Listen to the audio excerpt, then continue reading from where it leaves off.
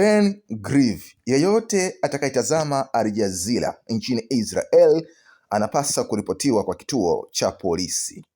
Waziri wa mrengo wa kulia wa usalama wa kitaifa wa Israel, Itamar Ben Gvir, ametoa taarifa fupi kwa vyombo vya habari ambayo anasema wenzetu katika Al Jazeera Arabic na Al Jazeera Mubashara walibeba moja kwa moja dakika chache zilizopita baada ya taarifa hii kutoka.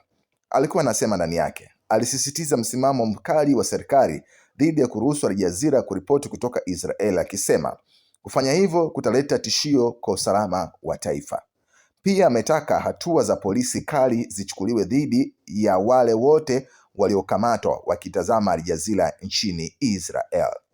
Mapema Mei 2024, Israeli ilipiga marufuku waandishi wa Al Jazeera na watayarishaji wa watu wa kamera na wafanyakazi wengine kutoka nchini. Mamlaka pia Palestina ilifuata mkondo huo huo mnamo Januari na kupiga marufuku Al Jazeera kutoka ukingo wa Magharibi uliokaliwa.